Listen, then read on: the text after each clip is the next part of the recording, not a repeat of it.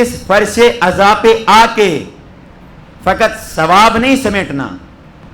بلکہ ان اصولوں کو لینا ہے جن اصولوں کے اوپر آپ اپنی نسل کی تربیت کر سکیں۔ نسل کی تربیت کا پہلا اصول، جب دو نامحرم صیغہ عقد کے بعد محرم بنتے ہیں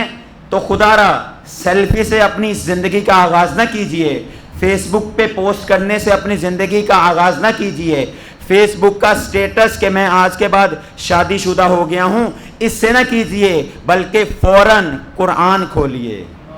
فوراً صحیفہ سجادیہ کھولیے اور فوراً نہج البلاغہ سے کھول کے اپنی اس ازدواجی زندگی کا آغاز اس جگہ سے کیجئے، جس کا آغاز خدا کے نام سے اور اہل بیت کے نام سے ہوگا۔ میں یقین سے کہہ سکتا ہوں کہ اس کی آنے والی زندگی میں رحمتیں بھی ہیں اور برکتیں بھی ہیں۔ خدا اس کو جو اولاد دے گا وہ حتماً صالح اولاد ہوگی۔